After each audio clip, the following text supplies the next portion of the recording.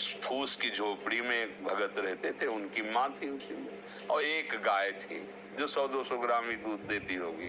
देखा संत वेश में उमा पार्वती जी को, आओ आओ बे, साष्टांग दंडवत की, चरण पखारे। कहा भगवान मुझ गरीब के पास तो गाय का दूध केवल है। भगवान शिव ने कहा ला पिया। कुटिया से बाहर निकले, शाम जा रहे हैं, रुका भगवान कृपा करके आते रहना। भगवान कृपा करो, इसकी मैया और गैया दोनों का अपहरण कर लो, इसकी गैया और मैया दोनों को हटा दो। पार्वती जी जब आगे गई तो बोली देखो हम वहां तक तो बर्दाश्त हो गया, जिसने सादर तुम्हें प्रणाम किया, बातचीत करने के लिए मैया थी, जीवन यापन के लिए गैया थी, उसने तुम्हें दूध पिला, तुम कहो उसको भी मार दिया। और जिसने एक बूंद दूध नहीं दिया का 100 गुना संपत्ति और हो जाए। तो हमारी बातें समझ में नहीं आई कि आपका स्वभाव क्या है। बोले तुम समझ नहीं पा रहे हो, वो इतनी संपत्ति में मुझ महादेव को साधु रूप में अपमानित कर रहा है। जब 100 गुना और बढ़ेगी ना तो उसका प्रमाद इतना बढ़ेगा कि घोर नरक जाएगा। और इसकी थोड़ी मति गति समय मैया और गैया में जाता था, अब ये दोनों से अलग होगा, अखंड चिंतन करेगा और परम धाम का अधिकारी बनेगा। हम प्रभु से संपत्ति मांगते बालकपन के कारण जान नहीं पा रहे हैं। जैसे वो हमें परिस्थिति दी है बिल्कुल हमारे योग्य है, मान लो मेरी बात, जैसी परिस्थिति दी है हमारे योग्य है। हमको क्या करना चाहिए, परिस्थिति का सदुपयोग करके भागवती की स्थिति प्राप्त करनी चाहिए। हम परिस्थिति सुधारने में पूरा जीवन लगा दे फिर भी नहीं सुधरेगी। आज तक किसी को तृप्ति नहीं हुई। आप बताओ कितना धन मिल जाए जिससे आप तृप्त हो जाएंगे, किसी से भी पूछा जाए। समझ रहे हो, आप अगर अंक में रखोगे भगवान दे देंगे, अगर फिर आपसे यही हम प्रश्न करेंगे ना तो उससे कई गुना बड़ा अंक की अभाव की अनुभूति आपके दिमाग में होगी, वो भी अंक पूरा हो जाए। तो भारत में ऐसे भी धनी हैं जिनके कई करोड़ रोज आए हुए हैं, क्या उनसे पूछो तसल्ली है तुम्हें, तुम्हारे आए हुए से तुम संतुष्ट हो? नहीं, उपाय में लगे हुए हैं और आए हो। भैया ये माया है, इसमें अति लघु रूप रखना पड़ेगा। सुरसा जी ने 8 तो हनुमान जी 16 तो 32 तो 64 बढ़ती चली गई सुरसा जी। जब सत जोजन ते ही आनंद की ना तो चतुरता इसी में अति लघु रूप पवन सुत लीना। अंदर प्रेम बोले हो गया बता, अब मैं आशीर्वाद दो अपने काम के लिए जाए। यहाँ से निकल सकते हो तो त्रणादपि सुनीचेन तरोरियु सहिष्णुना अमानिना मान देन कीर्तनी या सदारी। निकल जाओगे, बड़े बनना चाहोगे, ऐसी चुंगी लगेगी, ऐसी जांच होगी कि फेल हो जाओगे, यहीं फंस जाओगे। हमारी बात मान लो, बड़े के हो जाओ, आनंदित रहोगे। जितना हमें चाहिए हमारे प्रभु ने दिया है, जैसी परिस्थिति चाहिए वैसी दी है। अपना कल्याण कर लो, अपना मंगल कर लो।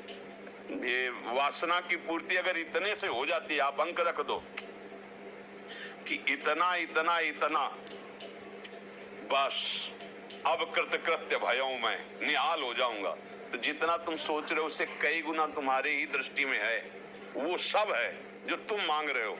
और उससे पूछ लो जा करके कि तुम तृप्त हो क्या, वहां भी अभाव ही नजर आएगा। क्योंकि बिना भगवत भाव के ये इसकी सत्ता ही नहीं जिसको आप देख रहे हो। नासति विद्यते भाव ना भाव विद्यते, तो ये तुम्हारा अभाव कभी मिटने वाला नहीं। आप सोचो, जिन अप्सराओं के आने पर यहाँ मृत्यु लोक के मुनियों का मन क्षोभ को प्राप्त हो गया, उन अप्सराओं का स्वामी काम से प्रेरित होकर एक महापुरुष की पत्नी के साथ अपराध कर रहा है, जो गौतम ऋषि और अहिल्या। वहां की एक अप्सरा आ जाए तो बड़े बड़े मुनियों के मन में क्षोभ पैदा कर दे ऐसी, और वो सब उसके अधीन है, उसके अधीन है देवराज इंद्र के। और वो इतना अभाव ग्रसित है कि वो स्वर्ग की इस वैभव को छोड़कर एक महात्मा के आश्रम में जाता है और उनकी पत्नी के साथ गलत आचरण करता है। अहिल्या चरित्र में आप पढ़ के, अभाव देवराज इंद्र का भी नहीं पूर्ण हुआ है जो त्रिभुवन पति है। भैया ये भ्रम है कि अगर इतना कुछ, एक अपनी मान्यताएं हैं, एक लड़का हो जाए, एक लड़की हो जाए, एक ऐसी नौकरी हो जाए, इतना रुपया हो जाए, एक मकान हो जाए, एक गाड़ी हो जाए, बस हम निहाल हो जाएंगे। और जो तुम सोच रहे हो इससे कई गुना किसी के पास है, लेकिन वो परेशान है, उससे कई गुना बढ़कर है, वो भी परेशान है। मतलब समझो, धन प्राप्ति से आपके अभाव की दूरी नहीं होगी, भगवत प्राप्ति से आपके अभाव की पूर्ति है। अब कछुनाथ न चाहे मोरे तभी होगा जब चरणारविंद का सानिध्य मिलेगा। मेरी बात मान लो, धन संपत्ति से तुम्हारा अभाव दूर होने वाला नहीं प्यारे। वो मायाधीश है, एक ही पर्वत ऐसा है इसी मृत्यु लोक में जो 400 कोस का, सोचो, सुमेरु पर्वत पूरा सोने का है, लंबाई चौड़ाई बराबर, किलोमीटरों की बात नहीं है, योजनों की बात कही गई। उसके लिए कोई देना, रत्न गर्भा पृथ्वी में जैसे पीली मिट्टी निकलती है, गेरू लाल मिट्टी निकलती है, ऐसे सोना चांदी हीरा जवाहरात मिट्टी, रत्नाकर कहा गया समुद्र को, एक से एक रत्न। भैया इनसे काम नहीं चलने वाला। हमें लगता है कि अगर हमारे पास संपत्ति होगी तो क्या करेंगे, मनोइच्छित भोग भोगेंगे। मनोइच्छित भोग भोगने से तुम्हारी दुर्गति हुई है। ये भोग भोगने से शांति प्राप्त कराने की जो हमारे अंदर मन बुद्धि प्रेरणा देता है, गलत प्रेरणा देता है। क्योंकि भगवान कह रहे त्यागा अनंतरम, भोगों के त्याग से शांति मिलती हो। मेरा मन शिक्षा क्या दे रहा है कि भोग अगर मिल जाए, भोग के कारण ही धन का है महत्व।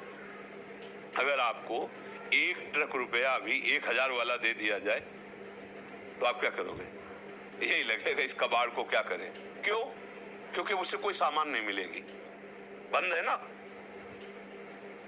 और अभी तो उससे सामान मिल जाएगी।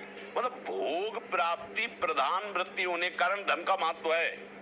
भोग प्रधान वृत्ति नहीं हमारी दुर्गति की है।